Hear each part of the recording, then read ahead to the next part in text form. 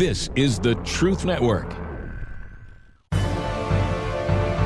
Hidden Treasures of the 119th Psalm.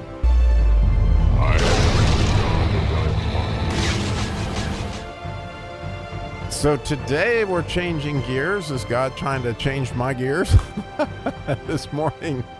And you know, if you pray the 119th Psalm most every day for a long time, you will get some downloads that are unbelievable. And I feel like that's exactly what God has done for me. For those of us who were along the ride on the 119th Psalm, this is insightful. I can't even believe all that God showed me today. But I would urge you, actually, that's quite a journey to go back and listen to all those verses. I did a podcast on every verse on the 119th Psalm as we went through that, and I learned a lot. And so, you know, you may not be surprised. I know a lot more about it now than when I was doing those podcasts, and I go back and listen to them sometimes and think, oh, if I only knew then what I know now. But nonetheless, you know, it was the journey, and no doubt God taught me so much. And what he has been continuing to teach me, and I can't even imagine what it's going to be like in 5 years. But, you know, one of the burning questions about the 119th Psalm are these words that are repeated time and time and time again. Specifically, the words that are repeated are commandments and the way, or the path, however you want to look at it. It's derek in Hebrew. That's repeated numerous times. The word itself, word, is repeated numerous times. And in different ways. And then there's this idea of the precepts, and the idea of the statutes, and the idea of the judgments, and the idea of commandments. Those are repeated time and time and time again. And so fascinatingly, as you go through those, we have all these letters of the Hebrew alphabet that this is going to be illustrating what those letters and how they're connected to each of those ideas of the commandments, of the statutes, of the precepts, and testimonies. That's another word that's used throughout the 119th Psalm. What are these testimonies? Specifically, what do they mean? Right? And so, you know, we all have an idea of what all those things are, but that is something that God has continued to teach me to make it actually simpler and simpler and simpler until it got to the point where today I want to do a podcast on what God has taught me, that essentially every one of those, to its own extent, is the cross. And I'm not shocked, because he kind of knew that was the answer. But oh, is it the answer? And let me explain how that works, okay? And I don't know how I'd missed this before, but God just continues to teach me this, right? And it started out with the idea of the commandments, right? That Jesus has, you know, all this through the, you know, essentially, he himself said, if you love me, you'll keep my commandments. And if you read the 119th Psalm or pray it, you can't help but come across the word commandments at time and time and time again, which is mitzvah in Hebrew. But as you think about the commandment was, right, take up my cross and follow me. Love one another, take up my cross and follow me. He said that numerous times. There's a commandment for you. Well, how is a commandment like the cross? Because if you take up your cross, right, you're going to die to yourself just like Jesus did. And therein is how commandments fit into the cross. It just clearly does. Well, I don't know if you thought about it, and I had not until actually today, was, oh my goodness, you want the ultimate testimony? Like, blessed are they who keep his testimonies and seek him with their whole heart. What's the ultimate testimony? Like, the ultimate testimony is Jesus went to the cross to die for me. I mean, yes, you have all those other testimonies you can keep, but here comes the ultimate one. It's the cross, right? How about let's go to judgments, right?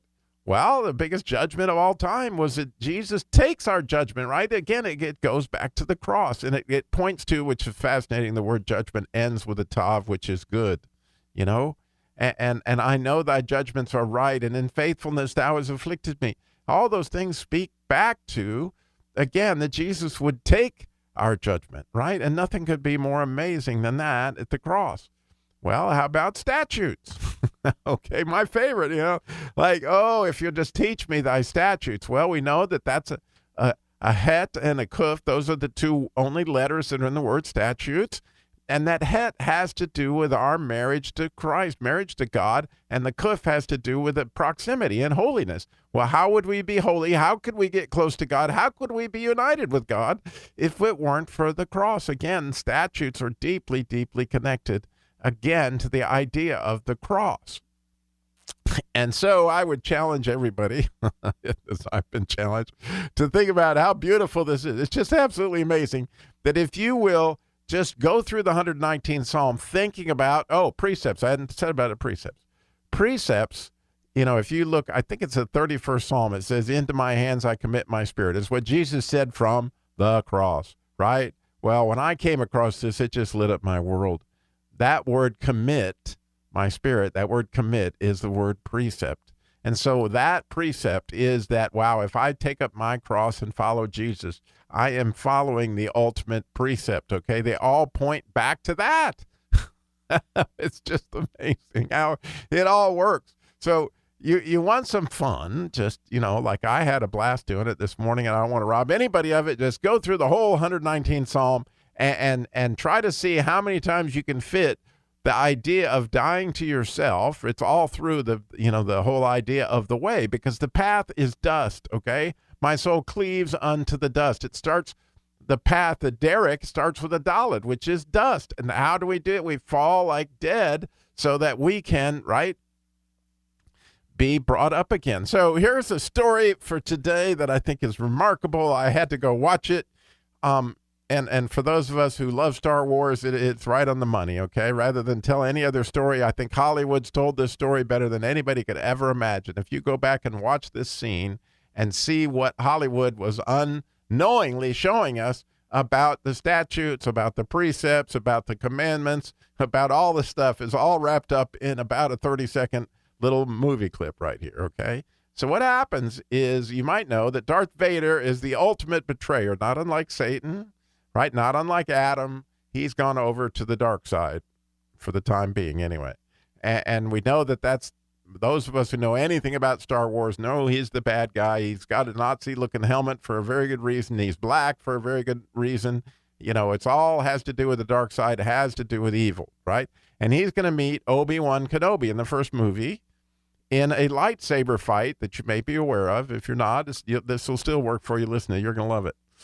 So Obi-Wan Kenobi at one point in time was Darth Vader's teacher. He taught him about the Force. Well, as you may know, who taught Satan? Right? Who's the Lord of angel armies? Well, that would be Jesus. And so, here you see the master and the student facing off, which we obviously got to see this, when Satan tried to tempt Jesus. And so, interestingly, as they meet, right, then Darth Vader, boasting as you might imagine, because he's a very proud man, says, now the master, when we first met, you were the student and I was a teacher, but now I'm the teacher and you're the student, right? And that's what Darth Vader says. Of course, Obi-Wan Kenobi says to this, and this is absolutely spectacular when you think about with the idea of the statutes and the precepts and all that we just talked about. Obi-Wan Kenobi says, you can't win, Darth, because if you strike me down, I'll become more powerful than you could ever imagine. Well, let me just tell you that if you're ever facing Satan in any way, shape, or form, you can tell him those very words, right? You can't win, because if I die to myself, right, you're going to swing and miss, just like Darth Vader swung at Obi-Wan Kenobi, which we'll get to in a second, and completely missed. In other words, if I'm dead, you can't take me out, because I'm already dead. I died to myself, right? He's dead. He's gone. Can't hurt me, right? This is so spectacular. So just follow on in the movie. If you watch for a few seconds, for whatever reason, they begin to, duke it out here with their lightsabers. And then it's always seemed peculiar to me the way they did this until today. I finally understood that they would start this sword fight, but then all of a sudden, as soon as Obi-Wan Kenobi recognizes that young Skywalker has entered the bay where they're fighting and sees them fighting, at that point in time, Obi-Wan Kenobi points his lightsaber up in the air almost like he's praying, and he disappears. And then Darth Vader swings, and it's a complete miss because there's no Obi-Wan Kenobi to hit. Well, I've often wondered, why did he wait till Luke could see it. Well, think about it from a standpoint of the statutes and the precepts and all that other. He was teaching young Skywalker what was necessary in order to defeat evil is to die to yourself, okay? It's really, really, really unbelievably cool when you think about what Hollywood has done here, right? They've given us one little simple lesson. They've given you the statutes, the precepts, the commandments, the Derek, all sorts of different ways. Again, if you love the 119th Psalm as I do, I hope you've enjoyed this particular episode. I know there's so much to think about in all this, but I just thought you might enjoy this little trip back down the 119th Psalm lane to think about, oh man, how about these testimonies? What a testimony. How about these commandments, right? And how simple it can be.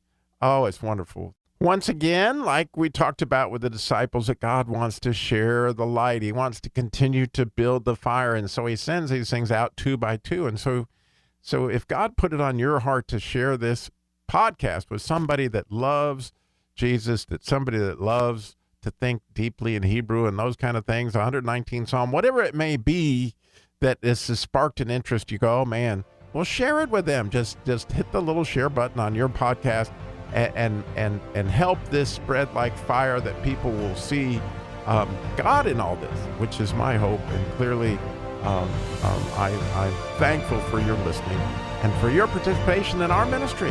God bless.